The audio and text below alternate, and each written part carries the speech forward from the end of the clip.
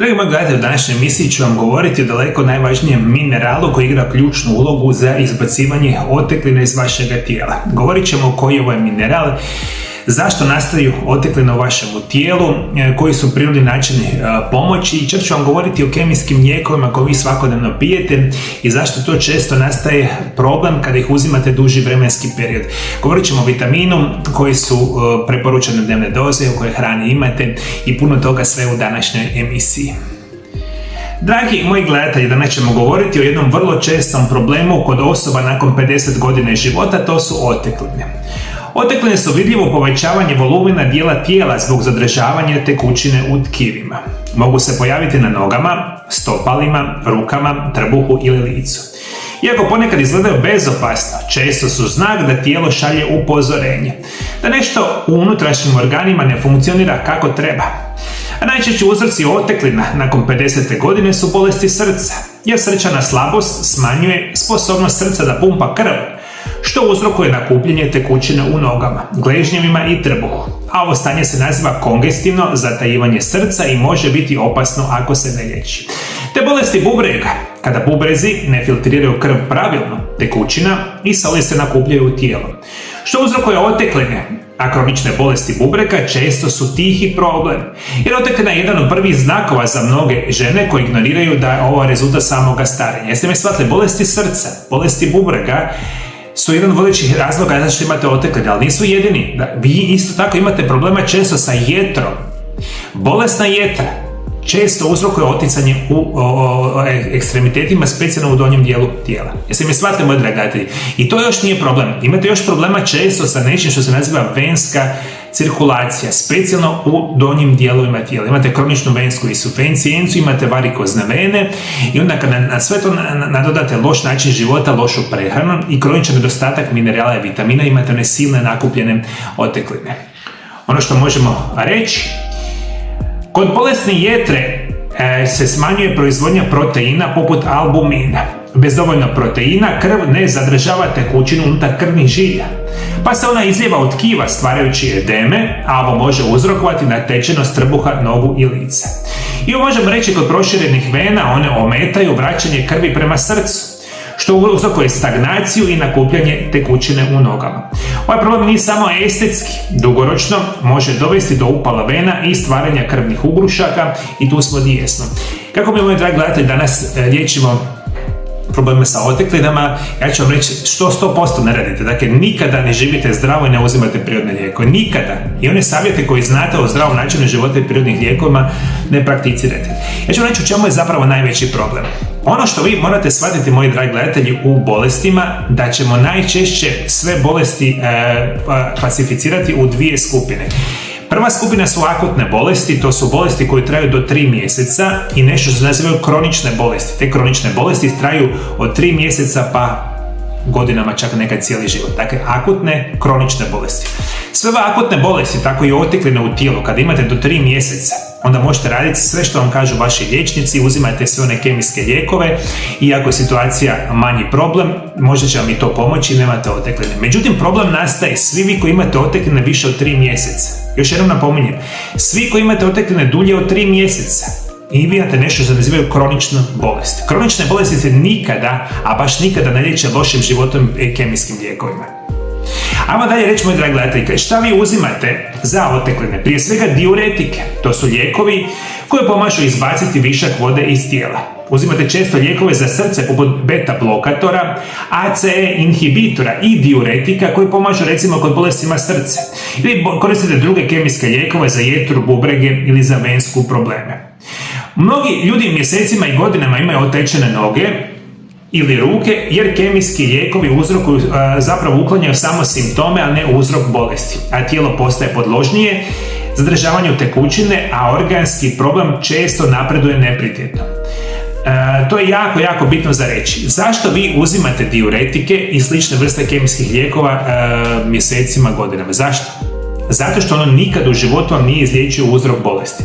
Vaš uzrok bolesti je recimo bolesno srce, bolesna jetra, bolesni bubreg, problemi sa venama i vi nikada za bilo boga pijući diuretike ne liječite ovu vrstu bolesti. Ako išta trebate shvatiti, ako nekakav kemijski lijek djeluje, onda ga pijete i onda više nemate bolest. Jeste me shvatili, moji dragi gledatelji? Dakle, lijek koji djeluje, vi njega uzimate i onda ga više ne pijete nakon tjedan, 2, 3, možda nakon par dana. Ako mi uzimamo lijekove, bilo koji lijek, tjednima, mjesecima, godinama, znači da on ništa ne liječi. On samo smanjuje simptom, dakle imate otekline u tijelu, vi popijete diuretik i ono ubrzo potjela tijelo da izbaci tekućine iz tijela. I onda ubrzo nakon par sati ili možda 10 do 12 sati ponovno se sve natrag nakupi jer vi ništa od uzroka bolesti niste rješavali. Jeste shvatili, moji dragi gledatelji? Ajmo dalje. Najvažniji mineral za uklanjene otekline će biti kalij. Ovo je specijalno bitno za žene nakon 50 godina života, jer se tijelo vaše mijenja, hormoni su u neravnoteži, a unutarnji organi često počinju raditi slabije. I zapravo jedan od najčešćih problema bude otekline u tijelu. Mineral koji može imati najveći utjecaj u regulaciji otečenosti je kalij. A kalij je elektrolit, što znači da provodi električne impulse između stanica i održava pravilan napon na staničnim membranama. Ova funkcija nije samo tehnička, ona je vitalna za rad srca, mišića, bubrega i živčanog sustava. Kalij kontrolira tekućine u tijelu, jer kalij pomaže tijelu da izluči višak natrija, minerala koji zadržava vodu i uzrokuje natečenost. Dok natrij vuče tekućinu unutar tkiva, kalij djeluje suprotno, pomažući u prirodnom izbacivanju tekućina iz organizma. Jeste mi shvatili, vaše tijelo često, specijalno ako imate problema sa bolesnim srcem, imate problema sa kalijem i mi danas znamo da preko 90% osoba ima kroničan nedostatak samoga kalija. I zato vam kalij specijalno treba ukoliko imate bolesno srce, imate otečenost jer on pomaže funkciji srca i potiče izbacivati one silne tekućine iz organizma. Isto tako, možemo reći svaki otkucaj srca ovisi o pravilnoj ravnoteži elektrolita, a kalij je ključan za normalni srčani ritam. Nedostatak kalija može uzrokovati aritmije i povećani rizik od kardiovaskularnih problema. I kalij je potreban za pravilan rad mišića i prijenos impulsa između živaca, a njegov nedostatak može uzrokovati grčeve, slabost i umor.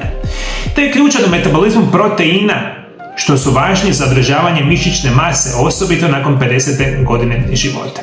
I zašto vi imate nedostatak kalija, moji dragi gledatelji? Zato što specijalno jedete užasno lošu prehranu, to 95% osoba danas uzima, dakle sve ono visoko prerađenu hranu koju mi danas uzimamo iz zapravo dućana svaki dan je katastrofalna hrana za naše tijelo i praktično nema ništa kalija. Zato ću vam danas reći koliko kalija vama treba i koja je hrana gdje ćete naći najviše kalija.